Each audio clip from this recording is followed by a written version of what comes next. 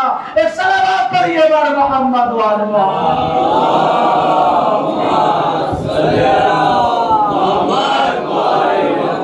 یعنی 25 کوس کلومیٹر تو آپ جانتے ہیں اتنا بڑا لشکر تھا پرندوں کا.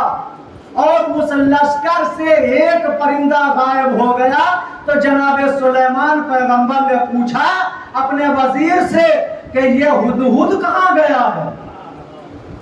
دنیا میں کوئی ایسی حکومت ہے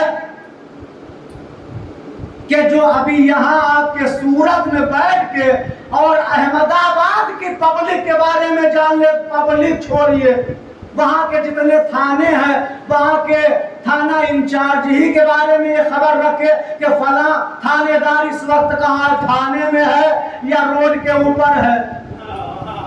کوئی بتا سکتا ہے؟ یہ جتنا بھی ترقی کر لے، جتنا بھی ترقی کر لے، جتنا بھی سائنس ترقی کر لے، لیکن اللہ کے علم کے آگے نہیں پہنچ پائے گا. تو جس نبی کے پاس تھوڑا سا علم ہے، جس نبی کو اللہ نے تحفے میں تھوڑا سا علم دے دیا، اس کے پاس، اس کے بیٹے کے پاس اتنی طاقت ہے. اور جو رحمت للعالمین کا، جو رحمت للعالمین کے گھرانے کا اگر فرد ہو تو اس کے پاس کتنا علم ہوگا. ومن عنده علم الکتاب، جس کے پاس پورے کتاب کا علم ہے، اس کے فضائل کا اندازہ کون لگا سکتا ہے؟ ایک صلوات پڑھیے بار محمد وآل محمد.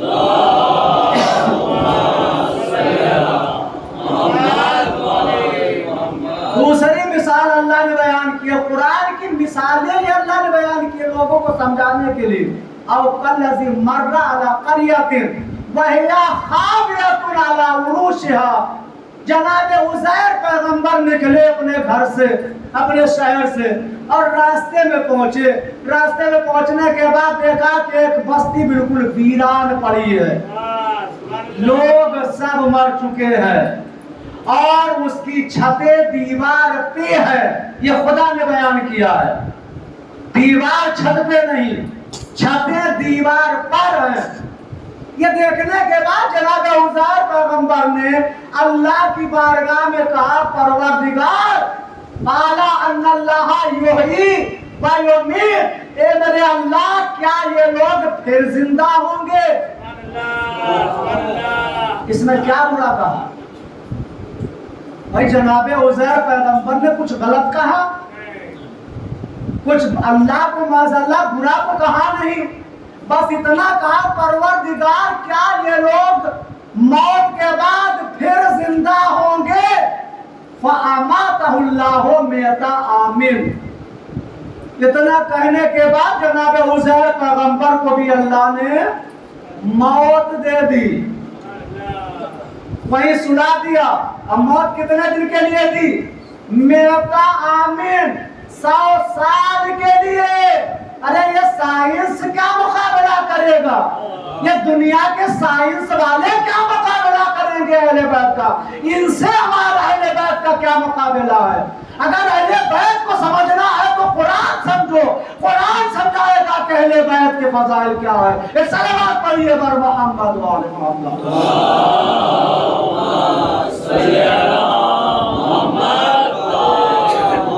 فَأَمَاتَهُ اللَّهُ مِئَةَ عَامٍ، 100 سال کے لیے موت دے دی.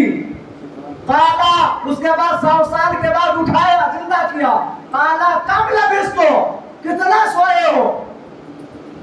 قالا لبثتو یومن او بعض یوم، جناب عزیر پیغمبر نے کہا پروردگار ایک دن یا ایک دن سے زیادہ، بس یعنی 100 سال ہو گئے، اور یہ بول رہے ہیں کہ ایک دن یا ایک دن سے زیادہ۔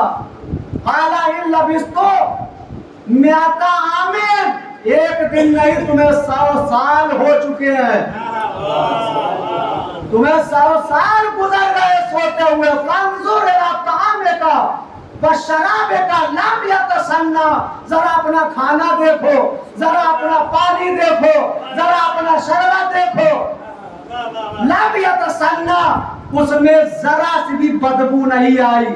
ہے کوئی دنیا میں ایسا سائنس پیدا ہوا یا سائنسداں ایسا پیدا ہوا ہے کہ جو 100 سال تو دور کی بات کسی چیز کو 100 مہینے بچا کے دکھا دے؟ کسی چیز، کسی کھانے کو، کسی شربت کو 100 مہینے بچا کے دکھا دے؟ یہاں 100 سال ہو چکے ہیں اور اللہ فرماتا ہے لم یتسنى، اس میں ذرا سی بھی بدبو نہیں آئی، جیسا لے کے چلے تھے ویسا ہی موجود ہے۔ انظر الی طعامک وشرابک لم یتسنى، ذرا اپنے کھانے کو دیکھو، ذرا اپنے پینے کے سامان کو دیکھو، جو بھی شربت یا روغن یا پانی جو بھی لے کے چلے ہو۔ آج کا زمانہ تو تھا نہیں، آج کے لوگوں کو اللہ کا زیادہ شکر ادا کرنا چاہیے۔ بڑی بڑی پہلے تکلیفیں ہوتی تھی، آج جہاں دیکھو کولڈ ڈرنک مل رہی ہے، وہاں تو ساتھ میں پانی لے کے چلنا پڑتا تھا۔ ایک صلوات پڑھیے بر محمد و آل محمد۔ اللہم صلی علی محمد و آل محمد۔ فانظر الی طعامک وشرابک لم یتسنى، ذرا اپنا کھانا تو دیکھو۔ جب کھانا دیکھا تو کھانا تر و تازہ ہے، جو روغن یا جو شربت یا جو پانی لے کے آئے وہ بھی تر و تازہ۔ اللہ نے کہا لم یتسنى، خراب تو نہیں ہوا، خراب تو دور کی بات، اس میں بالکل ذرا بھی تبدیلی نہیں ہوئی۔ وانظر الی حمارک، لیکن ذرا اپنے گدھے کو دیکھو۔ وانظر الی حمارک، ذرا اپنے گدھے کو دیکھو، جس گدھے پہ سوار ہو کے آئے تھے۔ آج ہم اور آپ خوش نصیب ہے، پلین میں بیٹھ لیتے ہیں، وہاں نبی گدھے پہ بیٹھ کے سفر کر رہے ہیں۔ ایک صلوات پڑھیے بر محمد و آل محمد۔ اللہم صلی علی محمد و آل محمد۔ یعنی نبی کے پاس سواری میں کیا ہے؟ گدھا ہے۔ وانظر الی حمارک، حمار کے معنی گدھا کے ہوتے ہیں، خچر کے۔ ذرا اپنے گدھے کو دیکھو، جب گدھے کو دیکھا تو اس کی ہڈیاں ریزہ ریزہ ہو گئی۔ یہ ہے خدا کی طاقت۔ یعنی کھانا تر و تازہ رہا، پانی تر و تازہ رہا، گدھا جس کی ہڈیاں بھی چور چور ہو گئی، ریزہ ریزہ ہو گئی۔ وانظر الی العظام کیف ننشزها ثم نکسوها لحما، اب ذرا دیکھو کہ میں ان ہڈیوں کو کس طرح سے جوڑتا ہوں اور جوڑنے کے بعد کس طرح سے گوشت چڑھاتا ہوں۔ وَلِنَجْعَلَكَ آیَةً لِلنَّاسِ، یہ میں نے لوگوں کے لیے اپنی نشانی پیش کی ہے تاکہ تم میری طاقت و قوت کو پہچانو۔ ایک صلوات پڑھیے بار محمد و آل محمد۔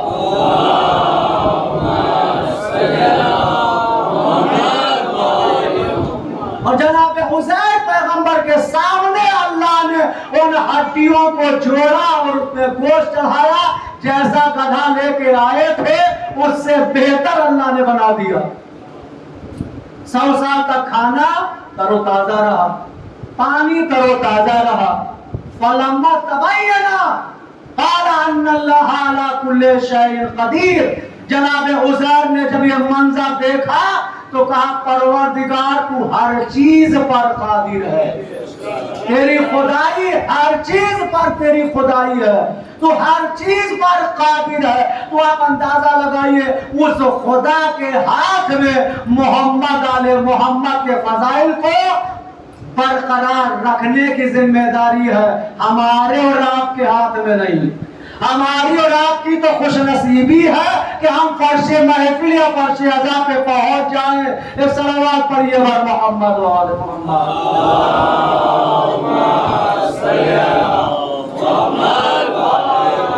لیکن عزیزان محترم، خدا کی نگاہوں میں، خدا کی نظروں میں یہ فضائل یہاں تک پہنچنے میں بھی بہت بڑی بڑی قربانیاں دینی پڑی ہے محمد آل محمد کو، آسانی سے نہیں. کیونکہ اللہ نے فرمایا کہ تم ہمارا نام باقی رکھو، ہم تمہارا نام باقی رہیں گے. آج جو دنیا میں اللہ اکبر کی آوازیں بلند ہو رہی ہے، یہ حسین ابن علی علیہ السلام کی قربانیوں کا نتیجہ ہے. اور اسی حسین علیہ السلام کی نسل سے یہ ہمارا اور آپ کا 11واں امام جس کی آج شہادت کی تاریخ ہے. عزیزان محترم، بہت عرصہ اس 28 سال کی زندگی میں امام کا قید خانے میں گزرا ہے. ایسا قید خانہ کہ جس میں بڑی تکلیف ہوتی تھی، لیکن امام حسن عسکری علیہ السلام نے اللہ کی عبادت ترک نہیں کی ہے. لہذا ہمیں غور کرنا چاہیے، ہمیں سوچنا چاہیے کہ ہمارے ائمہ نے کتنی مصیبتوں میں بھی اللہ کی عبادت کی ہے. عزادار و امام کو معتمد جیسے ظالم نے زہر دلوایا، امام کے شکم میں جیسے زہر پہنچا، امام بے قرار ہو گئے، امام بے چین ہو گئے. عزاداروں کئی دنوں تک امام حسن عسکری علیہ السلام بستر پہ کروٹیں بدلتے رہے. آخر وہ موقع آ بھی گیا. سامرہ کی زمین، سامرہ کی در و دیوار فریاد کرنے لگی. در و دیوار سے رونے کی آوازیں آنے لگی. عزادار و امام حسن عسکری علیہ السلام دنیا سے رخصت ہو گئے. جس وقت امام دنیا سے رخصت ہوئے، امام مہدی کی عمر اس وقت 5 سال کی تھی. امام کی شہادت سے پہلے ہی اپنے بیٹے کو امام نے سارے تبرکات دے دیے تھے. عزاداروں، امام مہدی علیہ السلام کو امام کی شہادت سے پہلے ہی جناب جبرائیل نرجس خاتون کے ذریعے حفاظت کے لیے عزاداروں امام کو لے جا چکے تھے، کیونکہ ظالمان نے کتابوں میں پڑھا تھا حسن عسکری کا ایک بیٹا محمد ہے جس کے ذریعے یہ نسل آگے بڑھے گی. لہذا شہادت کی خبر سننے کے بعد امام کے 10 سپاہی بھیجے گئے کہ امام مہدی کو گرفتار کیا جائے. لیکن اللہ کا نظام جو بدل نہیں سکتا ہے، اللہ نے امام مہدی کو پہلے ہی عسکری علیہ السلام کے گھر سے ہٹا دیا. عزاداروں، سامرہ میں کوہرام برپا ہے. در و دیوار سے رونے کی آوازیں آ رہی ہے. سامرہ کے لوگوں نے دکانوں کو بند کر دیا. عزاداروں، امام کے جنازے میں شرکت کروانے کے لیے سامرہ کے لوگ امام کے دروازے پہ پہنچے. امام کو غسل و کفن دیا گیا. جنازہ تیار ہوا. 5 سال کا بیٹا مہدی آئے، اپنے بابا کی نماز جنازہ پڑھائی. نماز پڑھانے کے بعد بہت سے لوگوں نے امام سے ملاقات کی، امام کے ہاتھوں کے بوسے لیے. جنازہ گھر سے نکلا. امام کے جنازے میں کافی بھیڑ تھی. پورے سامرہ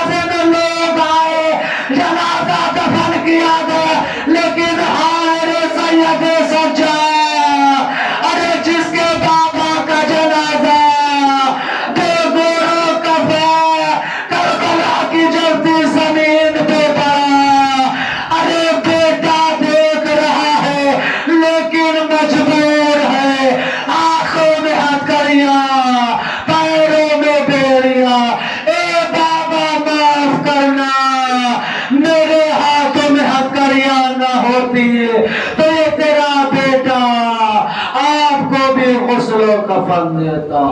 اللہ لعنت اللہ علی القوم الظالمین وسيعلمون الذين ظلموا أي منقلب ينقلبون. ما